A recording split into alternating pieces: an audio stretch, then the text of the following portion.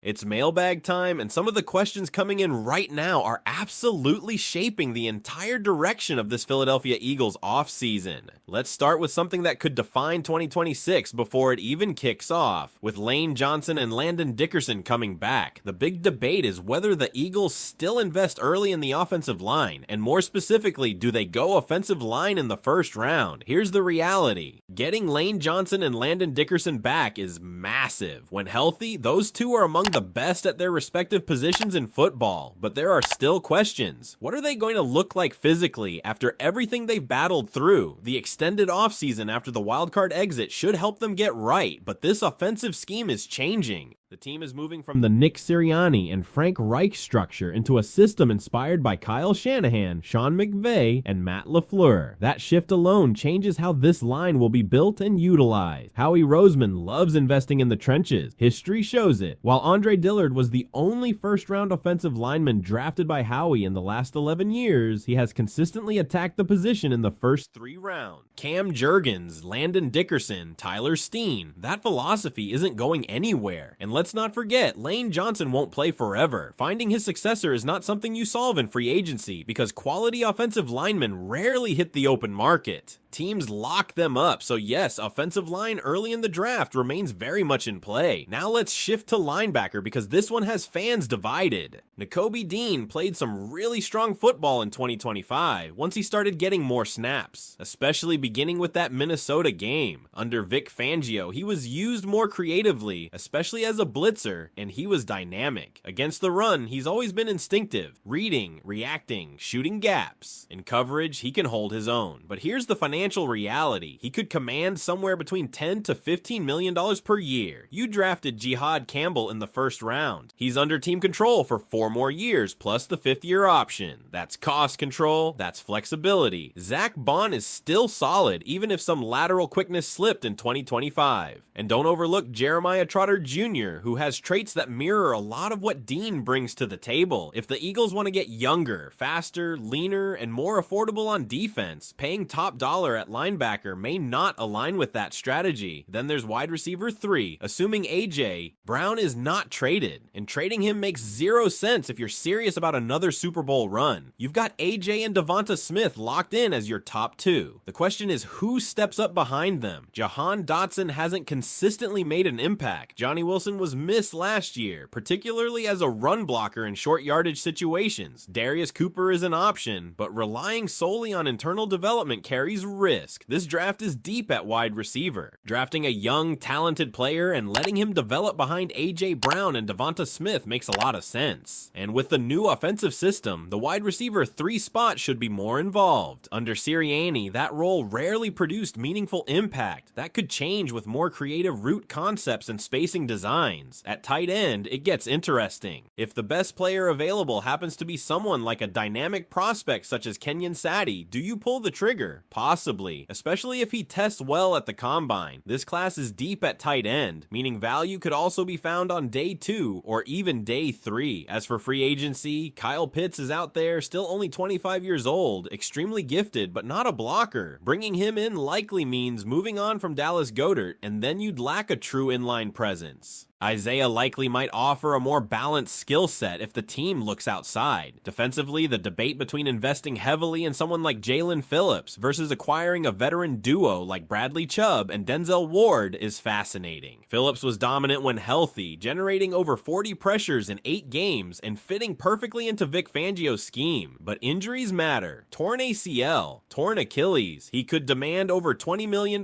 per year. That's not a small commitment. And then there's the Max Crosby conversation. Elite motor, elite production, perfect Philadelphia mindset, but 2 first-round picks? That's steep. Add in a massive cap hit and some knee concerns, and it becomes complicated. Nolan Smith and Jalix Hunt have developed well and cost far less. Is the upgrade worth the price? That's the kind of decision that defines front offices. One more name that makes sense in the receiver conversation is Romeo Doubs. Familiar with the system, good size, runs in the 4.4s, can stretch the field, and would allow DeVonta Smith to thrive inside. He's never had a massive statistical season, but context matters. Scheme familiarity could make him a strong WR3 option. Across the league, both conferences look deep heading into next season, but for the Eagles, this offseason is about smart allocation of resources, not flashy spending. It's about balancing veterans, youth, cap flexibility, and scheme fit. So here's the real question. If you had to prioritize one move this offseason, extending a key defender like Nakobe Dean, drafting the future at offensive tackle, adding a wide receiver 3, or swinging big for a pass rusher, which direction gives the Eagles the best chance to get back to the Super Bowl, and why? And that's where this entire offseason becomes a chess match instead of checkers. If you prioritize extending Nakobe Dean, you're betting on continuity and rewarding internal development. You're saying that what he showed in 2025 wasn't a flash. It was the foundation. You're trusting Vic Fangio's vision, especially how Dean thrived when used aggressively as a blitzer. But you're also committing real money to a position that historically hasn't been one where the Eagles overspend. Linebacker has rarely been the spot where Howie Roseman breaks the bank. So extending Dean isn't just about the player. It's about shifting philosophical tendencies. If instead you draft the future at offensive tackle early, you're thinking long term. You're acknowledging that Lane Johnson has been elite, but Father Time doesn't lose. The worst mistake a franchise can make is waiting too long to prepare for the transition. We've seen how hard it is to replace cornerstone tackles around the league. And with the offense shifting toward a Shanahan, McVay, LaFleur inspired structure, mobility and versatility along the line may become even more important. Drafting that successor now allows development without pressure. It's proactive instead of reactive. But what if the biggest unlock isn't in the trenches? What if it's at wide receiver 3? Imagine this offense operating with AJ Brown commanding double coverage outside, DeVonta Smith exploiting mismatches from the slot, and a legitimate third option who can stretch vertically or win in isolation. Under the previous structure, WR3 often felt like an afterthought. With a more motion-heavy, route creative system, that position could quietly become a major stress point for defenses. Drafting a young receiver in a deep class gives you upside without immediate financial strain. Signing someone like Romeo Doubs adds familiarity and polish. That decision might not feel as splashy as a Max Crosby trade, but it could elevate the entire offensive ceiling. And speaking of splashy, let's revisit the pass rush debate. Jalen Phillips was electric when healthy. The pressure numbers in limited games speak for themselves. Scheme fit? Almost perfect. But durability questions aren't small footnotes. They're bold headlines. Torn ACL, torn Achilles. Committing $20+ million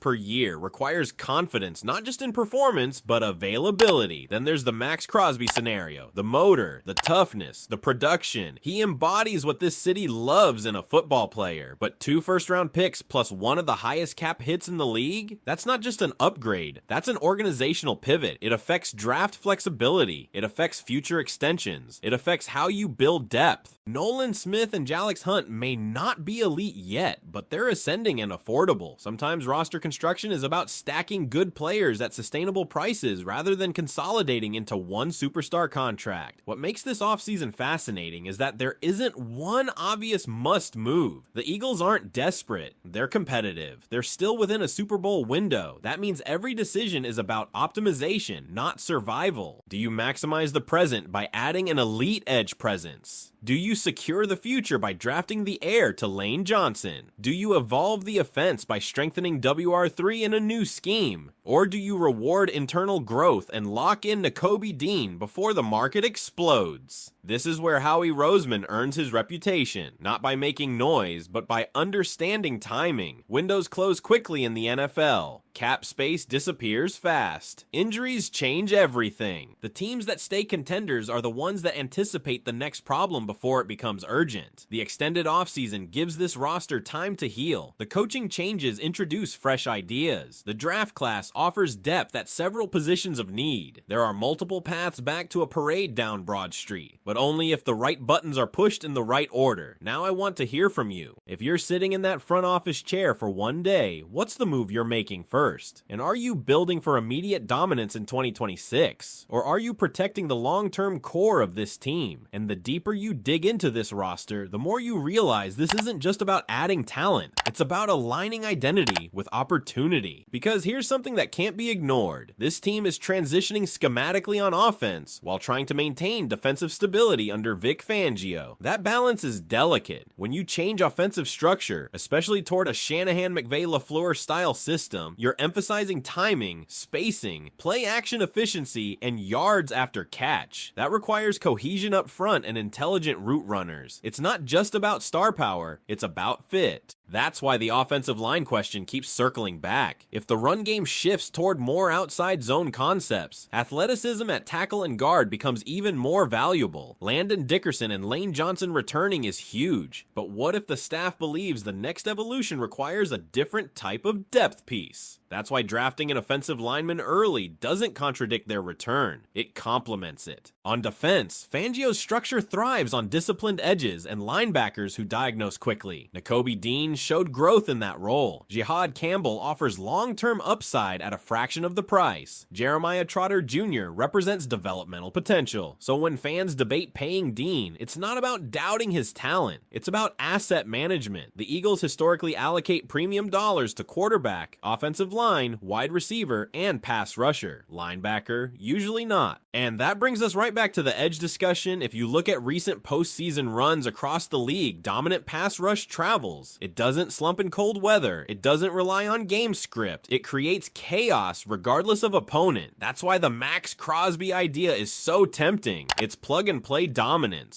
But draft capital matters, especially when you're in a window where you need affordable contributors around your core. Nolan Smith and Jalix Hunt represent that balance. They may not have Crosby's resume, but they're ascending and cost controlled. If one of them takes another leap, suddenly the urgency to spend massive assets diminishes. Now think about the ripple effects. If you trade for Crosby, that likely impacts your ability to extend others down the road. If you extend Dean, maybe that influences how aggressively you pursue a receiver. If you draft a tackle in round 1, maybe wide receiver gets pushed to day 2. Every move shifts the board. This is why the 2026 offseason isn't about a single headline transaction. It's about sequencing. The Eagles still have A.J. Brown and DeVonta Smith. That's elite foundation. The quarterback situation remains stable. The defense has young building blocks. The cap isn't limitless, but it's manageable. So this front office has options. And options are power in the NFL. But power also brings pressure, because when you have flexibility and you miss, it stings more. The margin between staying in the Super Bowl conversation and sliding into wildcard uncertainty is thin. That's why this offseason feels pivotal, even if it doesn't feel desperate. You don't need to overhaul. You don't need to panic. You need precision. So as we continue breaking down every angle of this roster build, keep this in mind. Championships are often decided months before week 1. They're shaped in scouting rooms, in contract negotiations, in draft war rooms,